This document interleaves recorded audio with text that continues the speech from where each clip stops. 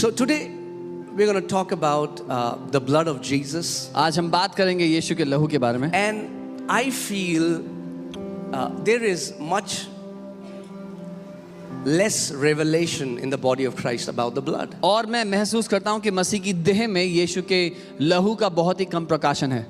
In fact, the more I studied about the blood, the more I realized how less I know about the blood. बल्कि जितना मैंने उसके बारे में पढ़ाई की उतना मुझे पता लगा कि उतना कम मुझे पता है. You know, every religion has fasting and praying, हर एक धर्म में उपवास प्रार्थना है, giving, देना है, singing, गाना है, all the religious ceremonies. सारे धार्मिक रीति रिवाजों में है. There's one thing that separates us from every other faith. लेकिन ये बात हमें हर एक दूसरे विश्वास से अलग करती है. We have the blood. लहू है हमारे पास. We have the blood. हमारे पास वो लहू है. Not ordinary blood. साधारण लहू नहीं है वो. Not blood of animals. वो जानवरों का लहू नहीं. But the blood of Almighty God. लेकिन सर्वशक्तिमान परमेश्वर का लहू है. Amen. Amen. And that's why it's very important that we understand why did Jesus shed his blood. और इसीलिए बहुत महत्वपूर्ण है कि हम समझें क्यों यीशु ने अपना लहू बहाया है. How does it affect my today? कैसे ये मेरे आज को प्रभावित करता है. How will it affect my past? कैसे ये मेरे इतिहास को प्रभावित And करता है. how does it affect my future? और कैसे मेरे आने वाले भविष्य को ये प्रभावित करता है. Amen. आमेन. The blood. वो लहू It is a foundation. हमारी नींव है. Every witch doctor understands the importance of blood. हर एक तांत्रिक समझता है लहू की क्या कीमत है.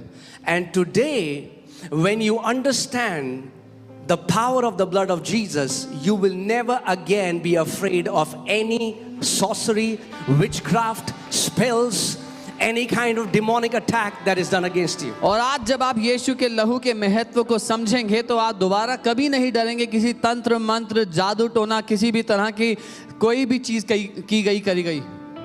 If you are a believer and you're afraid of witchcraft, that's because you don't know the power of the blood of Jesus. अगर आप एक विश्वासी हैं और आप तंत्र मंत्र से इन चीजों से डरते हैं तो इसलिए क्योंकि आप यीशु के लहू की अहमियत को नहीं जानते. Amen. See, blood was so powerful. वो लहू इतना शक्तिशाली था. The blood that Jesus shed affected God, जो लहू यीशु ने बहाया उससे परमेश्वर पर फर्क पड़ा, affected man, मनुष्य पर फर्क and पड़ा affected devil. और शैतान पर उसका प्रभाव पड़ा. It's a mystery, and I want you to get it today. ये एक रहस्य है. मैं चाहता हूं आप इसको आज समझें. You know, before I got saved, इससे पहले कि मैंने उद्धार पाया, when my family used to call witch doctors, जब मेरे परिवार के लोग जादू टोना करने वाले को बुलाते थे, they will always ask for a chicken. वो हमेशा मुर्गी मांगते A goat. थे. एक बकरा बोलते थे लाने को. Why? Because the blood gives them access to the spirit realm. क्योंकि वो लहू उनको आत्मिक दुनिया में प्रवेश करने की क्षमता देता है. Are you hearing? सुन रहे हैं? They are not doing something traditionally. Witch doctors are not traditional. वो लोग रीति रिवाज की तरह नहीं कर रहे. वो लोग रीति रिवाज की वजह से कुछ नहीं करते. They are doing it by revelation. वो जानकर प्रकाशन के द्वारा कर They रहे know हैं. what will happen उनको पता है क्या होगा when I'm going to chant something and shed the blood and invoke some demons. जब वो एक उच्चारण करेंगे, लहू को बहाएंगे और कुछ दुष्ट आत्माओं को भेजेंगे.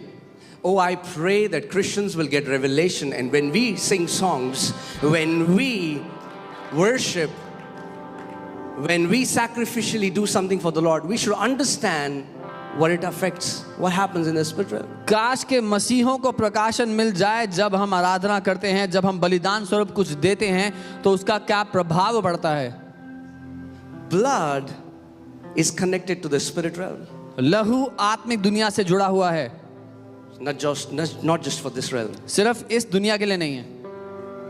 So these people who do not have legal access into the spirit realm, ये लोग जिनको कानूनी हक नहीं है आत्मिक दुनिया में प्रवेश करने का, they through the help of the blood of an animal gain access and enter there illegally. वो एक जानवर का लहू इस्तेमाल करके गैर कानूनी रूप से उस दुनिया में प्रवेश करते हैं, And there they are able to affect families, kill families, do something bad for people. और वहां पर वो लोगों को प्रभावित कर पाते हैं, परिवारों को नाश कर पाते हैं, लोगों को नुकसान पहुंचा पाते हैं। But praise God, लेकिन प्रभु की स्तुति हो, we are not defenseless. हम बिना सुरक्षा के नहीं हैं। Praise God, प्रभु की स्तुति we हो, have the greatest protection. सबसे बड़ा सुरक्षा हमारा है। Amen. Amen. We have the blood of Jesus. यीशु का लहू है हमारे पास। So today I pray that you will not hear my words, but you will catch revelation. आज मैं ये प्रार्थना करता हूँ कि आप मेरे शब्दों को ना सुनकर प्रकाशन को पकड़ लें। Amen. Say revelation. बोले प्रकाशन। So don't hear from these ears. So- Hear from the ears of your heart. इन कानों से मत सुने, इन कानों से सुने, अपने दिल के कानों से। Amen. Everything changed when the blood of Jesus was shed on the cross. सब कुछ बदल गया जब यीशु का लहू क्रूस पर बहाया गया। Amen. Amen. Hallelujah. Let's read Romans 3:25. रोमी 3 उसका 25 पढ़ते हैं। Whom God had set forth to be a propitiation through faith in his blood. उसे परमेश्वर ने उसके लहू में विश्वास के साथ प्रायश्चित ठहराया। How? कैसे? Through faith in his blood. उसके लहू में विश्वास के द्वारा। Unless you have faith in the blood is powerless for you. जब तक उस लहू पर विश्वास नहीं करेंगे तो वो लहू आपके लिए ताकतहीन है, शक्तिहीन है। If you don't have faith in the blood of Jesus, अगर आपको यीशु के लहू पे विश्वास नहीं है Jesus cannot be a propitiation for you. तो यीशु आपके लिए प्रायश्चित नहीं हो सकता। The Bible says God has set him forth a propitiation, but that happens through faith in the blood. Bible कहती है परमेश्वर ने उसको प्रायश्चित ठहराया है, लेकिन विश्वास के द्वारा ये होता है। Some people say, do you believe? Yeah, I believe. What do you believe? What is the content? Your faith is in what? कुछ लोग से पूछो आप मानते हो, बोलते हैं हाँ मैं मानता हूँ, मैं विश्वास करता हूँ। क्या मानते हो? अरे बस विश्वास होना चाहिए, विश्वास। आपके विश्वास का मुद्दा क्या है? Our faith is not in our faith. Our faith is in the blood of Jesus. हमारा विश्वास अपने विश्वास पर नहीं है, यीशु के लहू पर है। Amen. Amen.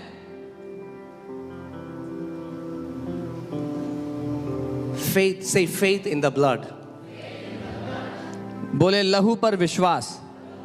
Say it again, faith in the blood. लहू पर विश्वास। Say it again, faith in the blood. लहू पर विश्वास। Say it again, faith in the blood. लहू पर विश्वास। How does faith come? विश्वास आता कैसे है? By hearing. सुनने से। Hearing by the word. That means वचन से सुनने से। if you haven't heard enough about the blood of Jesus, your faith is not strong in the blood. इसका मतलब अगर आपने लहू के बारे में सुना नहीं है काफी, तो आपका विश्वास उसमें नहीं होगा मजबूत। It's not an intellectual decision. ये एक ज्ञान से लिया गया निर्णय नहीं है। Faith comes by hearing. So if you have heard little, then your faith in the blood is little. If you want to have a strong faith in the blood of Jesus, then you need to keep hearing about the blood of Jesus. विश्वास अगर सुनने से आता है और आपने थोड़ा सुना है तो आपका विश्वास थोड़ा होगा, लेकिन अगर आप मजबूत विश्वास चाहते हैं तो आपको सुनते रहना होगा उसके लहू के बारे में। Amen. Amen. It's not about your fasting. आपका उपवास नहीं है मुद्दा, It's not about your prayers. आपकी प्रार्थनाओं के बारे में भी नहीं है। I'm not saying they are not important. मैं ये नहीं कह रहा कि वो महत्वपूर्ण नहीं, But all of that without the blood लेकिन वो सब कुछ बिना लहू के is dead religion. मरा हुआ धर्म है। Pharisees used to fast. फरीसी भी उपवास करते थे, Pharisees used to pray. फरीसी प्रार्थनाएं करते Pharisees थे, used to give. फरीसी दिया करते थे। God told Moses, परमेश्वर ने मूसा से कहा everyone who comes inside the sanctuary, sprinkle the blood on them. जो कोई मंडली में आता है उस पर लहू का छिड़काव करो। Sprinkle the worship instruments with the blood. आराधना के जो साज हैं उस पर लहू छिड़काव करो। Without the revelation of the shed blood of Jesus, our worship is powerless. यीशु के लहू के बिना, उसके बहाए गए लहू के प्रकाशन के बिना हमारी आराधना बेकार है. So if you were in Old Testament and you went into the church of the Old Testament, when you came out with blood all over you. अगर आप पुराने नियम में होते और पुराने नियम की कलीसिया में जाते, जब बाहर आते तो लहू आप पर छिड़काया गया होता. Thank God we don't have to sprinkle physical blood today. प्रभु का धन्यवाद हो कि आप आज हमें शारीरिक लहू नहीं छिड़काना पड़ता. But whenever you gather as a church, लेकिन जब कभी आप एक मंडली के रूप में इकट्ठे होते हैं, चर्च के रूप whenever we में, worship God, जब परमेश्वर की आराधना करते हैं, when you go out, जब आप बाहर जाते हैं, the enemy sees blood all over you. दुश्मन आपके जीवन पर लहू लगा हुआ देखता है. The enemy sees blood all over you. दुश्मन आपके जीवन पर लहू लगा हुआ देखता है.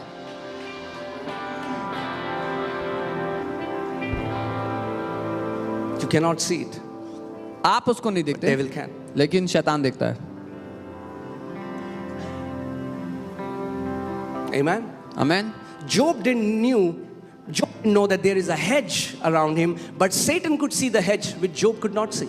अयूब नहीं जानता था कि उसके इर्द गिर्द एक सुरक्षा का दायरा है, वो नहीं देख सकता था, लेकिन शैतान देख सकता था.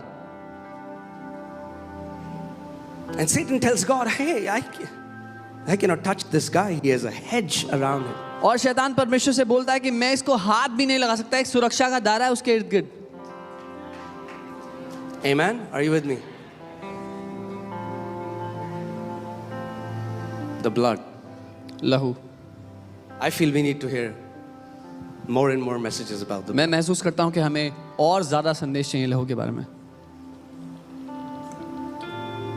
Can I say it? A bloody church is a victorious church. एक लहू से भरी हुई कलीसिया जयवंत कलीसिया है. Amen. You know, there is a family and in southern part of India, and a Christian family. So they shifted to this new neighborhood, and the guy who was living next to them was a famous witch doctor. South India में एक family shift हुई और वहाँ उनके एक मसीह family, उनके घर के बगल में जो व्यक्ति रहता था वो बहुत ही लोकप्रिय तांत्रिक था वहाँ का. And they began to call people to their house. People began to get healed. This guy got very jealous. वो लोगों को अपने घर में बुलाने लगे आराधना के लिए और लोग चंगे होने लगे वहाँ पर, और ये जो तांत्रिक था बहुत जलने लगा उनसे. So he started to go to graveyard every night and started to do witchcraft against this family. तो वो हर रात कब्रिस्तान में जाकर इस परिवार के खिलाफ जादू टोना करने लगा.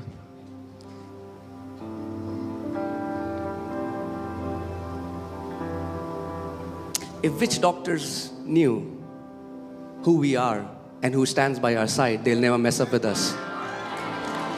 अगर तांत्रिकों को पता हो कि हम कौन हैं और हमारे बगल में कौन खड़ा है तो वो कभी हमारे खिलाफ आने की कोशिश नहीं करेंगे. Amen.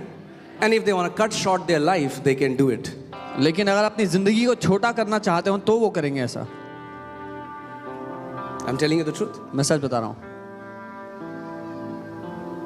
If you walk in the revelation of blood, no witch doctor can do witchcraft against you and live. अगर आप लहू के प्रकाशन में जिएंगे तो कोई भी जादू टोना करने वाला आपके विरोध में जादू टोना करके जिंदा नहीं रह पाएगा. They're cutting short their life. वो अपनी जिंदगी को छोटा काट रहे हैं. We are not powerless people. हम शक्तिहीन लोग नहीं हैं. The church of Lord Jesus Christ is not weak. यीशु मसीह की कलीसिया कमजोर नहीं है. Jesus said, all power, all authority in heaven and on earth has been given unto me. Now you go. I delegate my power, my authority to my church. You go. यीशु ने कहा कि स्वर्ग और पृथ्वी का सारा अधिकार मुझे दिया गया है, अब तुम जाओ. मैं अपना सारा अधिकार अपनी कलीसिया को दे देता हूं पृथ्वी के ऊपर. Amen. आमेन.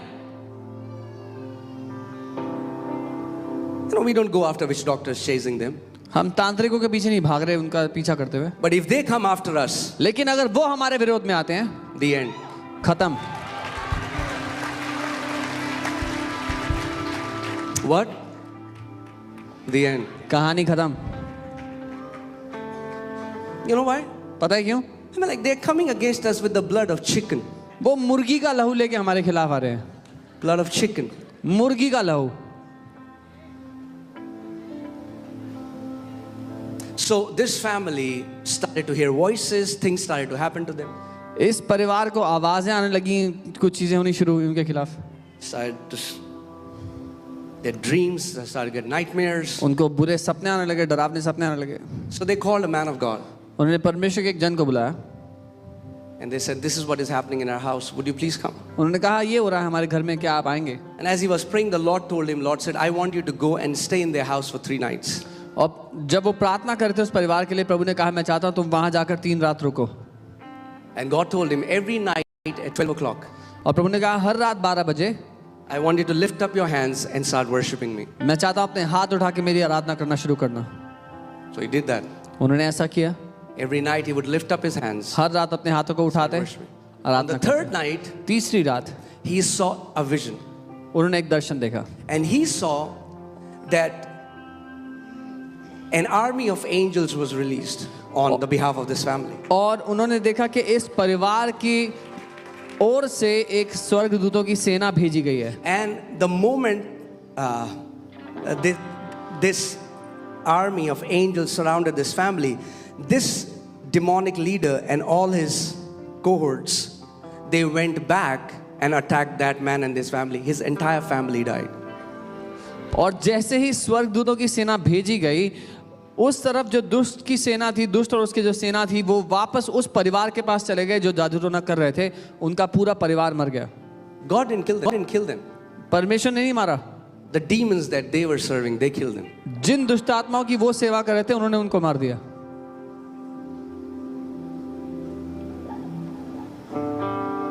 The blood. वो लहू. Faith in his blood. उसके लहू पर विश्वास. Faith in his blood. उसके लहू पर विश्वास.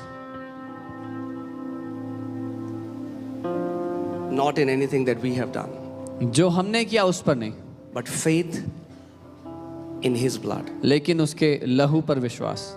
You know, Exodus 12, we read about this story in Bible.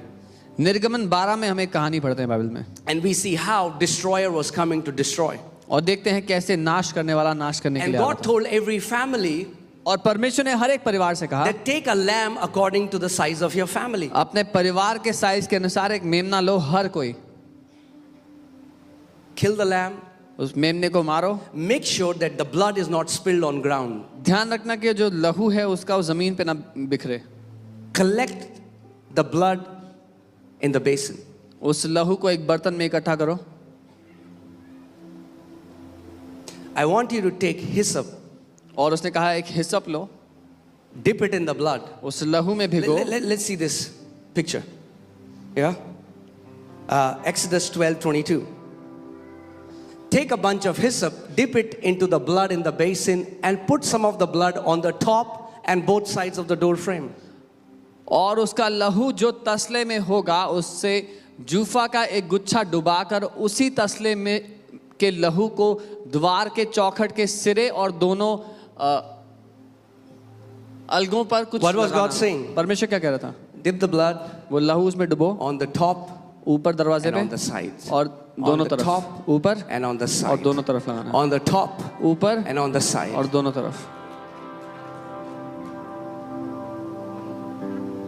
It was a prophetical picture of the cross. वो क्रूस की एक तस्वीर थी.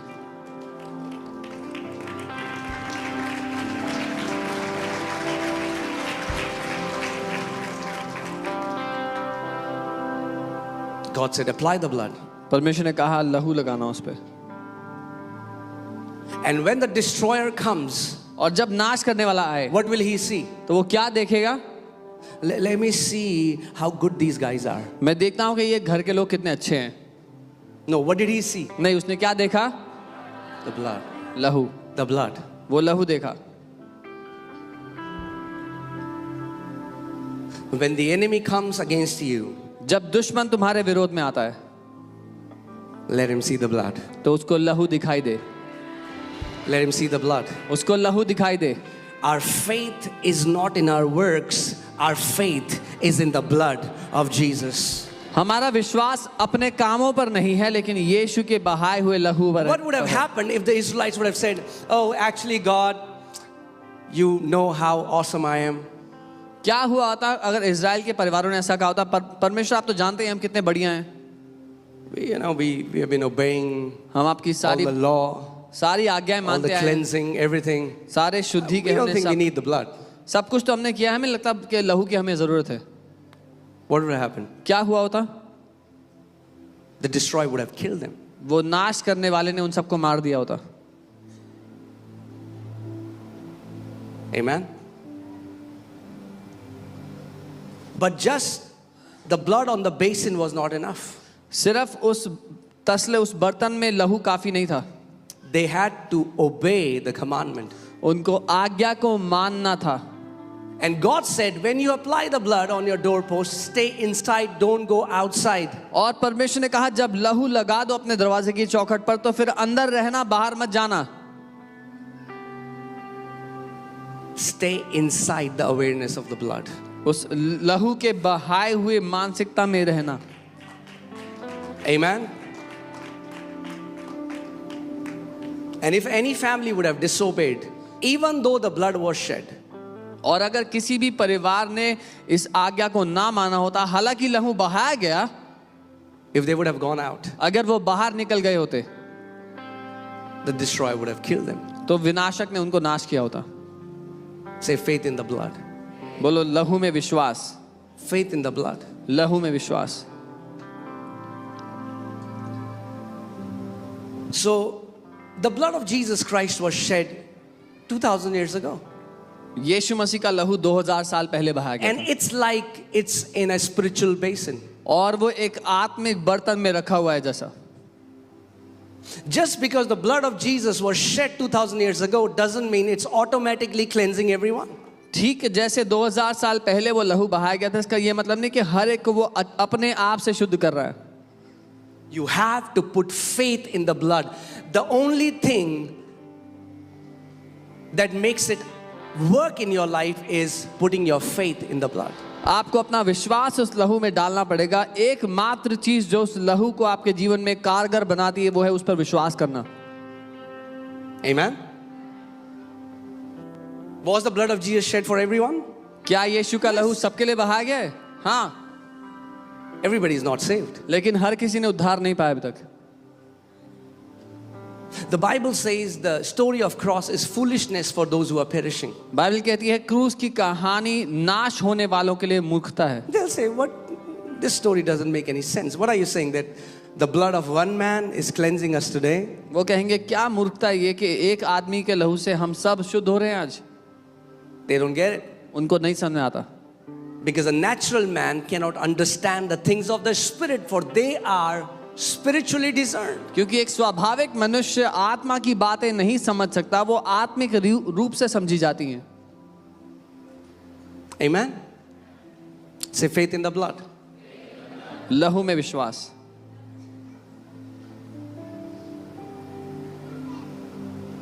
We have faith in the name of Jesus. यीशु के नाम पर हमें विश्वास है, We have faith in the word of God. परमेश्वर के वचन पे विश्वास We है, need to have faith in the blood हमें उसके लहू में विश्वास करना है and live in that awareness. और इस मानसिकता में जीना है, इस चेतना में।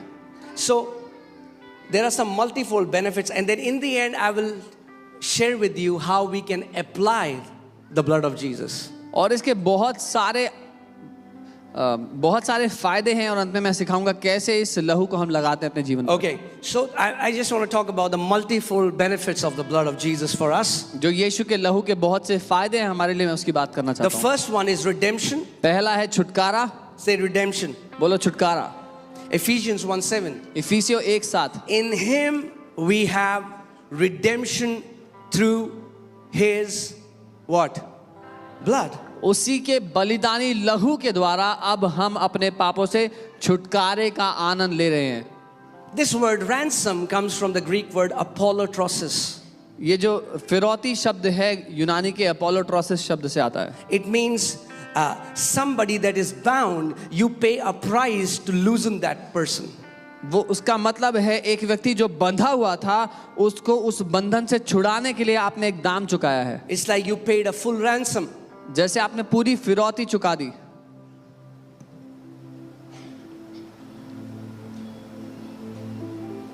Do you know that we were sold as a slave to devil? आप जानते हैं हम शैतान को एक दास की तरह बेचे गए थे। The blood became the ransom, the price which God paid to redeem us back from the enemy's hand. और वो लहू वो दाम बन गया जो परमेश्वर ने दुश्मन के हाथ से हमें छुड़ाने के लिए फिरौती के रूप में I दिया। want you to hear this carefully. मैं चाहता हूं आप ध्यान से सुने How blood and the function of it in multifold dimension. कि वो लहू और उसके इतने सारे क्षेत्रों में वो काम कैसे करता है। First, the blood became currency to redeem you back. पहले वो लहू धन राशि की तरह एक मुद्रा बन गया कि आपको खरीद सके वापस। The Bible says in Leviticus 17:11 that the life of the creature is in the blood. God shed his own blood because the life is in the blood, and Jesus ransomed his life to get your life. ले व्यवस्था 17 उसका 11 में लिखा है कि प्राणी का जीवन उसके लहू में होता है। यीशु ने अपना लहू अपना जीवन दे करके आपको दाम में खरीद लिया वापस। Amen. You know, I don't have any better example, but let me just take, I'm just getting an example. Let me take, for example, there is a guy in Indian Army, right? उदाहरण के लिए भारत की सेना में एक व्यक्ति हैं And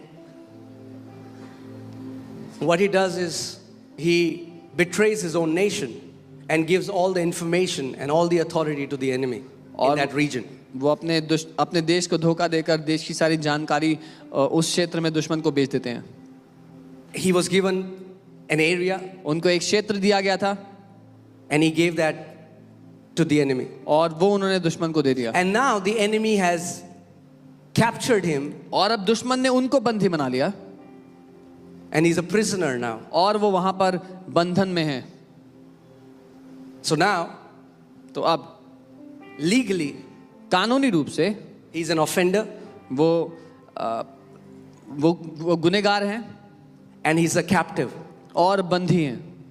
Sometimes people just think God forgave us. कई बार लोग सोचते हैं परमेश्वर ने हमें क्षमा कर दिया है। It would be like the Indian government saying, okay, we just drop all the charges against him and we will not take any action. We forgive him, but he is still bound and is in the enemy's territory. क्योंकि कई बार लोग सोचते हैं परमेश्वर ने हमें क्षमा कर दिया। वो ऐसे थे भारत की सरकार ने कहा कि हम उन पे कोई दोष नहीं लगाते, जितने उनके खिलाफ गुनाह थे हमने सब माफ कर दिए, हटा दिए। Before forgiveness, there has to be redemption. लेकिन वो अभी भी दुश्मन के खेमे में बंधन में थे। माफ किए जाने से पहले छुटकारा देना जरूरी है।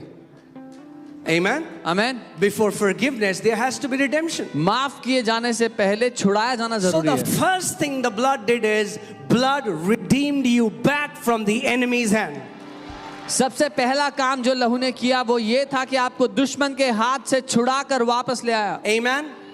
Do you know how powerful the blood of Jesus is? आप जानते हैं यीशु का लहू कितना If शक्तिशाली the है। blood of Jesus can redeem you out of the enemy's hand, the blood of Jesus can keep you free from the enemy. अगर यीशु का लहू आपको दुश्मन के हाथ से छुड़ा सकता है तो वो आपको दुश्मन के हाथ से आजाद रख सकता है। Amen? That's the first thing. ये पहली बात है। Say, I have been redeemed through the blood of Jesus. बोले मैं छुड़ा लिया गया हूं यीशु के लहू के द्वारा। Satan hates it when you make declarations like these. शैतान नफरत करता है जब आप ऐसी घोषणाएं करते हैं तो। It's like he's getting a spiritual slap. वो ऐसा है जैसे आत्मा में थप्पड़ पड़ रहे हैं उसको। Say it again. दोबारा कहें। Say, I have been redeemed through the blood of Jesus. बोले मैं छुड़ा लिया गया हूं यीशु के लहू के द्वारा। Okay, so now let's take this example. Now this army officer who was a captive, now he's redeemed, comes back into the country, अब वो आर्मी अफसर जो बंधन में था उसको छुड़ा लिया गया, वो देश में वापस आ गया, but is still an offender. लेकिन अभी भी गुनहगार है। Now this person needs forgiveness. अब इस व्यक्ति को माफी चाहिए। The second thing the blood does is after the blood redeems you, the blood forgives your sins. जो दूसरा काम वो लहू करता है, आपको छुटकारा देने के बाद वो आपके पापों को क्षमा कर देता है. The blood forgives all your sins. वो लहू आपके सारे पापों को क्षमा करता है. Past, बीते हुए, present, आज के and future. और आने वाले. The blood has the power to transcend into the past, and the blood has the power to transcend into the future and cleanse all your sins. उस लहू में ताकत है आपके इतिहास में, आपके बीते हुए कल में जाकर और आपके आने वाले कल, आपके भविष्य में जाकर सारे पापों को मिटाने की. Some people say, Pastor, actually it's not future sins, it's the past sins. कई लोग कहते हैं कि पास्टर जी हो ना, असल में भविष्य के पाप नहीं माफ हुए, पुराने पाप माफ हुए सिर्फ. Well, I have news for you. मेरे पास एक खबर है आपके लिए. Everything that you did 2000 years after the blood was shed. जो So कुछ it's already future. जो कुछ आपने किया था वो लहू के बहाने के 2000 साल बाद ही हो रहा है, वो वैसे ही भविष्य में था सब कुछ. Amen? आमीन. Jesus is not shedding his blood now. He shed his blood. यीशु आज अपना लहू नहीं बहा रहे, उन्होंने बहा दिया. It's there. वो For बहाया you to जा चुका है appropriate. ताकि आप उसको ले सके. Amen? Let's go back to that scripture, Ephesians 1:7. इफिसियों 1:7 में चलते हैं. Now, in him we have redemption. How? Through his blood. Not through what we have done. उसके संपन्न अनुग्रह के कारण हमें हमारे पापों की क्षमा मिलती है, अपने भले कामों के द्वारा नहीं. When blood comes in the scene, जब उस पिक्चर में लहू आ जाता है, devil stops contending. शैतान लड़ाई करना बंद कर देता है. I said when blood of Jesus comes in the scene, मैंने कहा, devil stops contending. जब यीशु का लहू आ जाता है उस जगह में उस परिस्थिति में, तो शैतान लड़ाई करना बंद कर देता है. God sends Moses to Pharaoh and he does signs and wonders. And Pharaoh said, no, I'll not let these people go. परमेश्वर मूसा को भेजता है और मूसा चिन्ह चमत्कार करता है. फिरौन कहता है मैं नहीं भेजूंगा इन लोगों को. It's a picture. वो एक तस्वीर है. What? Of redemption of God's people. परमेश्वर के लोगों के छुटकारे की They तस्वीर are है. bound in Pharaoh. वो फिरौन के वहां बंधे थे. No matter what Moses did, he would not let them go. मूसा ने सब कुछ कर लिया, वो फिर भी छोड़ने को राजी नहीं था. Until जब तक the blood was introduced. लहू नहीं बहाया The गया. moment blood entered, Pharaoh said, go, quickly go out of my place. जैसे ही लहू बहाया गया, फिरौन ने कहा जाओ मेरे यहाँ से चले जाओ. Let me say that again. दोबारा कहता हूँ. When you bring blood into the picture, devil stops contending. जब परिस्थिति में लहू प्रवेश करता है, शैतान लड़ना बंद कर देता है. You've been trying to fight Satan with what you have done. आप शैतान से लड़ने का प्रयास कर रहे हो जो आपने किया है उसके द्वारा. No. नहीं. Oh, because I fasted 40 days, now Satan will hear me. ओ क्योंकि मैंने 40 दिन उपवास किया, अब शैतान मुझे सुनेगा. Well, nothing against fasting. Please don't misunderstand. I fast. I honor fasting. It's very important for people of God. उपवास के विरोध में नहीं कह रहा हूँ. मैं उपवास करता हूँ और परमेश्वर के लोगों के लिए बहुत महत्वपूर्ण है But उपवास करना. fasting is for us. लेकिन उपवास हमारे लिए है. Amen. The moment blood came, जैसे ही लहू आया, the blood brought redemption for Israelites. लहू इजरायलियों के लिए छुटकारा ले आया. Amen. Amen.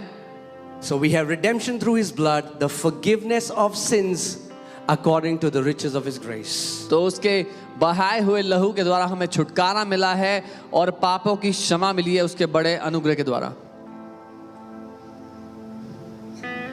Amen.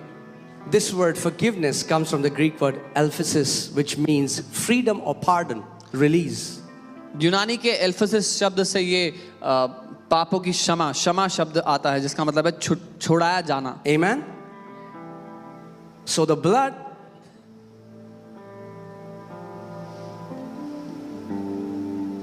redeemed you from the hands of the enemy, उस लहू ने आपको दुश्मन के हाथ से छुड़ा दिया.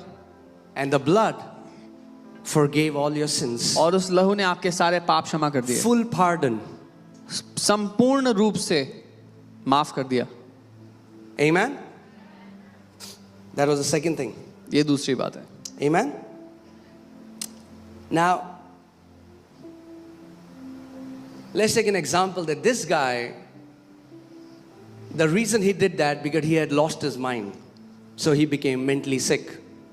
और उदाहरण के लिए मान लेते हैं कि इस व्यक्ति ने ऐसा इसीलिए किया था क्योंकि वो मानसिक रूप से बीमार था और मानसिक रूप से बीमार होने के कारण उसने ऐसा किया. Now he's brought back. अब वो वापस लाया गया. He's forgiven. उसको माफ कर दिया But गया. still, now what does he need? लेकिन अब क्या चाहिए? He needs healing. He needs to be cleansed of that thing. उसको चंगाई चाहिए, उससे साफ होना है उसको. Third thing that the blood does is तीसरी बात जो लहू करता है, continual cleansing. निरंतर सफाई करता Not है. just cleansing. सिर्फ एक बार सफाई नहीं. Say continual cleansing. बोलो निरंतर सफाई, Say लगातार continual सफाई, cleansing. लगातार सफाई. For something to remain pure, it has to go through continual cleansing. कोई चीज साफ बनी रहे उसके लिए उसको लगातार साफ होना जरूरी है. Okay, let's see 1 John 1:7. पहला यूहन्ना 1:7 What does it say? क्या लिखा है? But if we walk in the light as he is in the light, we have fellowship one with another. And the blood of Jesus Christ, his son, cleanses us from all sin. यदि हम प्रकाश में बढ़ते हैं क्योंकि प्रकाश में ही परमेश्वर भी है, तो विश्वासी के रूप में हम एक दूसरे के साथ सहभागी हैं और परमेश्वर के पुत्र यीशु का लहू हमें सभी पापों से शुद्ध करता है. Amen? What is Bible saying? Bible क्या कह What रही does है? it mean to walk in light? प्रकाश में जीने का मतलब क्या है? To walk in the revelation knowledge of what Jesus Christ has done. इस बात के प्रकाशन में जीना कि यीशु ने हमारे लिए क्या किया है. The entrance of your word produces light. When you live in the revelation of what Jesus Christ has done, what his blood has done, the blood gets activated and starts to cleanse you all the time. उसके वचन का प्रवेश प्रकाश लेकर के आता है. जब आप इस मानसिकता के साथ, इस चेतना के साथ जीते हैं कि उसके लहू ने आपके लिए क्या किया है, आप निरंतर उसके द्वारा जी पाते हैं. And this word cleanses और ये जो शुद्ध करना is वचन a है, present continuous tense in the Greek. यूनानी भाषा में शुद्ध करता रहता है. इस It तरह doesn't से है. read like this that his son cleanses us. It says his blood continually cleanses us. ये ऐसा नहीं कि उसका लहू शुद्ध कर देता है जैसा लिखा है, वैसा नहीं है. वो है शुद्ध करता रहता है. Can you put Passion Translation? I want to show you something. What does it say? क्या लिखा है यहाँ पर passion translation? But if we keep living in the pure light that surrounds him, we share unbroken fellowship with one another, and the blood of Jesus, his son, what? Continues us from all sin. और यहाँ लिखा है अगर उस शुद्ध प्रकाश में हम जीते रहें जो उसके इर्द गिर्द है, तो हम ना टूटने वाली संगति में एक दूसरे के साथ बने रहेंगे और यीशु का लहू, उसके पुत्र का लहू लगातार हमारे सारे पापों से हमें शुद्ध करता चला जाएगा. Amen. Are you seeing the power of blood? आप लहू की ताकत देख रहे हैं? The blood affected devil. उस लहू ने शैतान को प्रभावित कर दिया. The blood affected God. उस लहू ने परमेश्वर को प्रभावित कर And the दिया blood affects you. और वो लहू आपको प्रभावित करता है.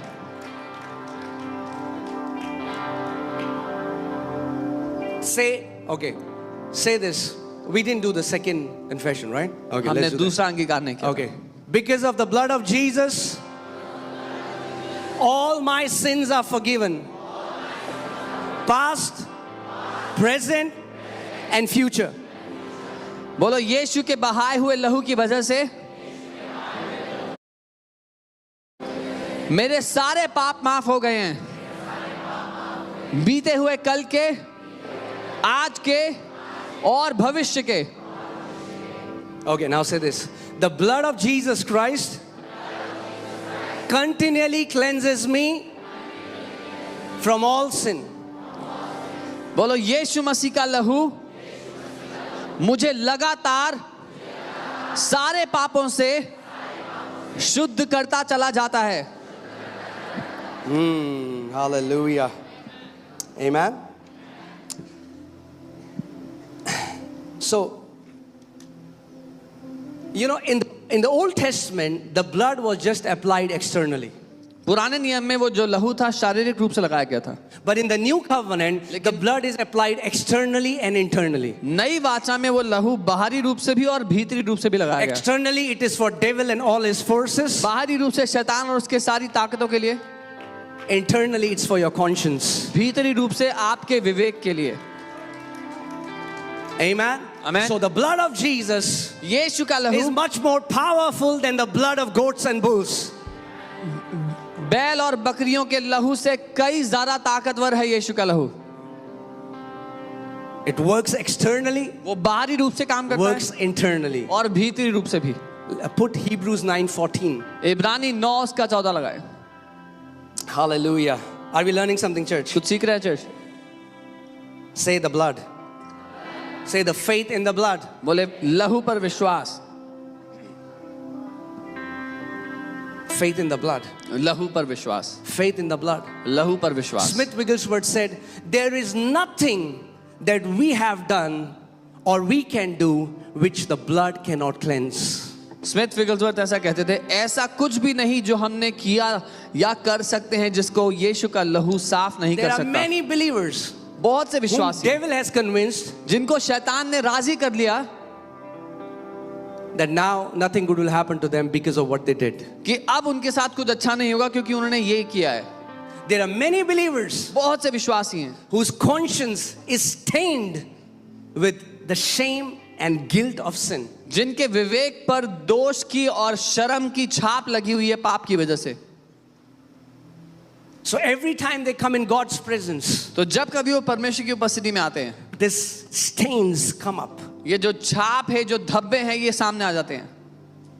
One time one of my friend called me एक बार मेरे एक दोस्त ने मुझे कॉल किया and he was fully convinced that he has committed unpardonable sin. और वो पूरी तरह से इस बात के लिए राजी हो गया था कि उसने वो पाप कर दिया जिसकी क्षमा नहीं है, Because a preacher told him क्योंकि एक प्रचारक ने उसको ये कहा था, he had a habit that he was struggling with. वो एक आदत से वो जूझ रहा था। And he went to this preacher and he said, I've been in this habit for 10 years. और वो एक प्रचारक के पास गया और बोला, मैं 10 साल से इस बुरी आदत में हूँ। He said, oh, you've been willfully doing this for 10 years. Now this is unpardonable sin. There's no forgiveness. और उस प्रचारक ने कहा, क्योंकि तुम अपनी मर्जी से 10 साल से ये आदत करते आ रहे हो, तो अब ये एक ऐसा पाप बन गया जिसका कोई समाधान नहीं, कोई माफी नहीं है। And he got fully convinced और मेरा दोस्त पूरी तरह से राजी हो गया इस बात के लिए that I have done unpardonable sin. कि अब तो मैंने बिना माफी So वाला he पाप कर thought, दिया। now when anyway I have to go hell, तो उसने ठान लिया कि अब तो मुझे वैसे भी नरक ही जाना है, so let me run towards hell with all speed. तो पूरी तेजी से भागता हूँ नरक की ओर। Went towards complete immoral life. पूरी तरह से अनैतिक जीवन की ओर भाग गया। That's what devil wants you to believe. यही शैतान चाहता है कि आप मान लो। And he called me and I started telling him, I said, no, who told you that? और उसने मुझे कॉल किया, मैंने कहा नहीं, किसने कह दिया तुमसे ये? Open the Bible and started telling him scripture after scripture about the grace of God, the love of God, the forgiveness of God, the blood of Jesus that was shed on his behalf, and what was not broken in 10 years got broken in 1 month. और Bible खोलकर उसको वचन की आयतें दिखाने लगा, परमेश्वर के प्रेम, उसके अनुग्रह, उसकी माफी, उसके लहू के बारे में। और जो आदत 10 सालों से नहीं टूटी थी, 1 महीने के अंदर टूट गई। I am here to declare to you, you are not your savior, Jesus Christ is. मैं यहाँ पर आपको ये घोषित करने के लिए आया हूँ कि आप अपने जीवन के उद्धारकर्ता नहीं हो, यीशु मसीह है। Your life will be messed the day you start to become your own savior and you think salvation, because you are your own savior, you think it's me. Salvation is in my hand. अगर आपने ये सोच लिया कि आप अपने जीवन के उद्धार करता है, आपकी जिंदगी बहुत बड़ी गड़बड़ी में होगी, क्योंकि आपको लगेगा आपका उद्धार आपके हाथों में, आपको उसको बनाकर रखना है। If you could do it in your own strength, there would have been no need for a savior. अगर आप अपने बलबूते पर उद्धार में जी ही पाते तो एक उद्धारकर्ता की आवश्यकता ही नहीं थी। Stop trying to be your savior, you will fail miserably. बंद कर दो अपने जीवन का उद्धारकर्ता बनना, बुरी तरह हार का सामना करोगे हर बार। Say, I am not my savior. Lord Jesus Christ is. बोलो, मैं अपना उद्धार करता नहीं हूं, प्रभु यीशु मसीह है। Amen. Your eternal destiny is in His hands. आपकी अनंत की बुलाहट, अनंत का मकसद उसके हाथों में है।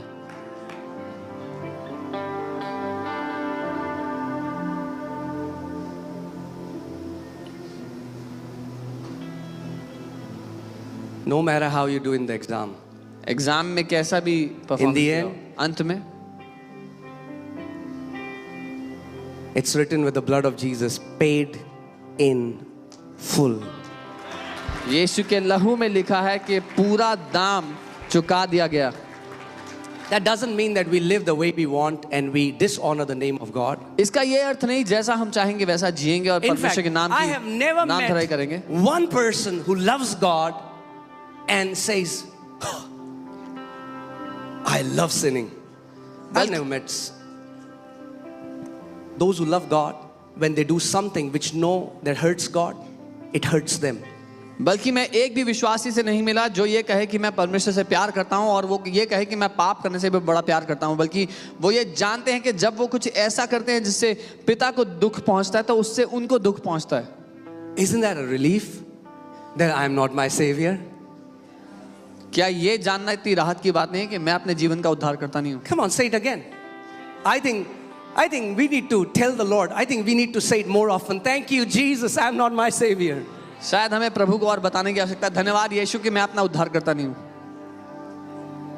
When devil comes you are not good enough, you cannot do this, you are this. Say, devil, I am not my savior. Lord Jesus Christ is. जब शैतान आप पर आरोप लगाते हुए आता है तू किसी काम का नहीं है, तेरी जिंदगी ऐसी है वैसी है, तो उससे कहो, शैतान मैं अपना उद्धार करता नहीं हूँ, यीशु मसीह है मेरा उद्धार करता। So take your ugly face somewhere else. अपना भद्दा मुंह कहीं और ले जा, Because my debts are paid in full. क्योंकि मेरा सारा कर्जा पूरी रूप से चुका दिया गया है। Amen. Paid in full. पूरे रूप से, Do you know संपूर्णता। that so many Christians think Jesus paid the down payment and remaining EMIs you have to pay. बहुत से मसीह लोग ये सोचते हैं कि यीशु मसीह ने एक डाउन पेमेंट दिया है, बाकी के EMI हमें भरने जिंदगी भर। And और heaven released salvation like a car to you, and if you're not able to pay EMIs on time, the collection agents are coming to take the car back. No, that's not what heaven is like. और मसीह लोग ये सोचते हैं कि स्वर्ग ने उद्धार एक गाड़ी की तरह दिया है, लोन पर जैसे दी जाती है, और अगर सारी EMI नहीं चुकाई तो स्वर्ग आकर वो उद्धार वापस ले जाएगा। ऐसा नहीं है। You know, there was one time a guy was very angry at me. He said your teaching is not right. एक बार एक व्यक्ति बहुत गुस्सा हुए थे मुझ पे और कहने लगे कि आपकी शिक्षा सही नहीं है। He said if we don't walk perfect holiness, we'll lose our salvation. और कहने लगे अगर हम सिद्ध पवित्रता में नहीं जिएंगे तो हम उद्धार को गवा देंगे। I said, why don't you tell me what salvation is first? मैंने उनसे पूछा कि ये बता दो पहले कि उद्धार है क्या। Let's understand what salvation is before you know you can lose it. हम पूरी तरह समझें तो सही उद्धार है क्या, इससे पहले कि ये सोच ले कि उसको गवा सकते हैं। It's going to heaven salvation. क्या स्वर्ग जाना उद्धार है? See, that's the sad thing. यही दुख की बात है। We have reduced gospel about a place when it is about a person. हमने सुसमाचार को एक जगह जाने के बारे में बना दिया, जबकि सुसमाचार एक व्यक्ति के बारे में है। And Jesus becomes the real estate agent which will take you to heaven. और यीशु मसीह एक रियल एस्टेट एजेंट बन जाते हैं जो आपको स्वर्ग तक पहुंचाएंगे। Gospel is not about a place, it is about Him. Him. Jesus Christ. He is the reward of our salvation. सुसमाचार एक जगह के बारे में नहीं है, सुसमाचार उस व्यक्ति के बारे में है, यीशु के बारे में जो हमारे उद्धार का प्रतिफल है।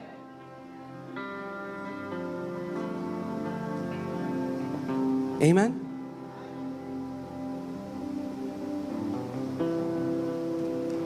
So this guy had no idea what salvation is. इस व्यक्ति को कोई अंदाजा नहीं था उद्धार He was क्या है, fighting with me. और मुझसे लड़ रहे थे। I said, is salvation a gift? Let me ask you this question. मैंने उनसे सवाल किया, क्या उद्धार एक तोहफा है? Because Ephesians 2:8 says it is. इफिसियों 2:8 में लिखा 2:8 में लिखा कि वो है। For we are saved by grace through faith, not of works. It is a, what is it? What is it? क्योंकि विश्वास के द्वारा अनुग्रह से तुम्हारा उद्धार हुआ है, ये तुम्हारी ओर से नहीं वरन परमेश्वर का तोहफा है, परमेश्वर The का वरदान Bible है। says the gifts and callings of God are without repentance. That means when He gives you something, He will never ever take it back. Bible कहती है परमेश्वर की बुलाहट और उसका वरदान वो कभी वापस नहीं लेता। जब उसने एक बार दे दिया तो वो उसको कभी वापस नहीं लेता। God is not an insecure boyfriend who gave a gift to the girlfriend and then when they broke up and he calls and he said, मेरा गिफ्ट वापस कर। परमेश्वर वो इनसिक्योर बॉयफ्रेंड नहीं है, जब अगर ब्रेकअप हो गया तो बोलेगा मेरे सारे तोहफे वापस कर दे।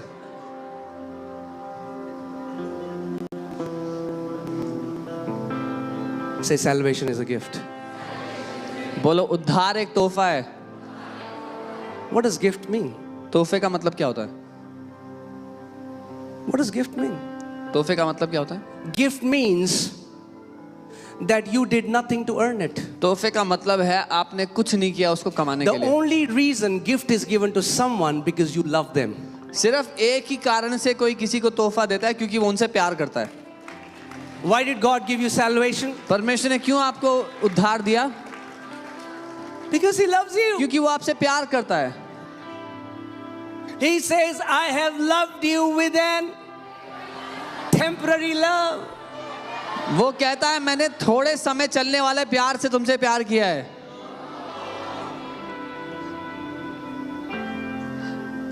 Amen.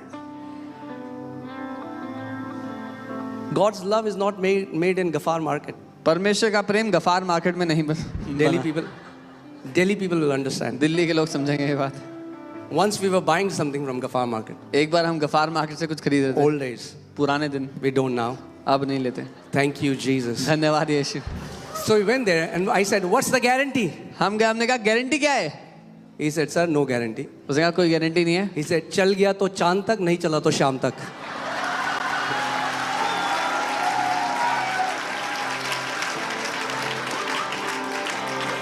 God's love is not like that. परमेश्वर का प्रेम ऐसा नहीं है। He says, I have loved you with an everlasting love. What He's saying, my love for you will never ever end. I have loved you. I have declared that I have loved you and I will always love you. वो कहता है मैंने तुझसे अनंत के प्रेम से प्रेम किया है, मैंने तुझसे प्रेम किया है और उसकी घोषणा की है कि मेरा प्रेम कभी भी अंत नहीं होगा तेरे लिए। Amen.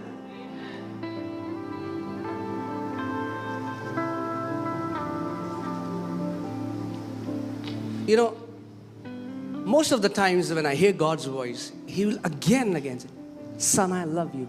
Son, and sometimes I was thinking, is it wrong? Am I hearing myself? Because why would God say it like 10,000 times to me that He loves me?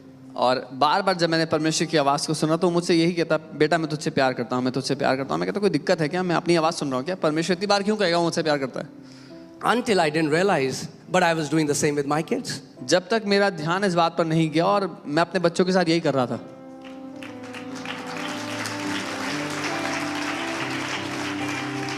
In fact, with Eliana, me and Monu, we said we love her so many times that she got fed up.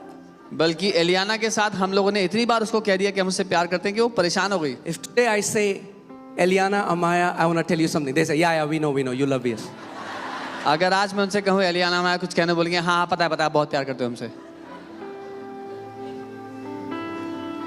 If me being imperfect अगर मैं असिद्ध होते हुए can declare my love to my kids like that, अपने बच्चों को अपना प्यार ऐसे कह सकता हूँ, how much more your heavenly Father, तो कितना ज्यादा हमारा who स्वर्गीय is पिता, pure love. जो शुद्ध प्रेम है। He doesn't love as an action. We love as an action. He is love. हम प्यार एक क्रिया की तरह करते हैं, वो क्रिया की तरह नहीं, वो स्वयं प्रेम है। Amen. And it's funny, but we told Eliana that we love her so much that whoever will come to our house, Eliana will start saying, I love you. और मजाकिया है, लेकिन हमने एलियाना को इतनी बार कहा कि हम आपसे प्यार करते हैं कि So जो one कोई time- घर आता तो उसने उनसे कह दिया I love you. An electrician came home एक बार घर में electrician uncle and he's doing something, और वो काम कर रहे हैं, and Eliana is just there. And Or- she's like, I love you, uncle. I love you. और I एलियाना love कह रही, you. Uncle I love you. और देख रहा है, ये क्या weird बच्चा है. I love you, uncle. When you know how much you are loved, that love will flow out of you. जब आपको पता होगा कि आपसे वो कितना प्यार करता है तो आप दूसरों से प्यार कर पाएंगे। Amen. Loving others becomes easy when you know how much you are loved. दूसरों को प्यार करना आसान हो जाएगा जब आपको पता होगा कि आपसे वो कितना प्यार करता है। Forgiving others becomes easy when you know how much you are forgiven. दूसरों को माफ करना आसान हो जाएगा जब आपको पता होगा कि आपको पूरी तरह माफ कर दिया गया है। Amen. His love screams about his love for us. उसका प्रेम चिल्लाकर गवाही देता है, His blood screams about his love. उसका लहू चिल्लाकर गवाही देता है उसके प्रेम के बारे में हमारे लिए। So what is salvation? उद्धार क्या है? Gift. तोहफा है। Gift. What do you do when you get a gift? क्या करते हैं अभी जब एक तोहफा मिलता है आपको तो? And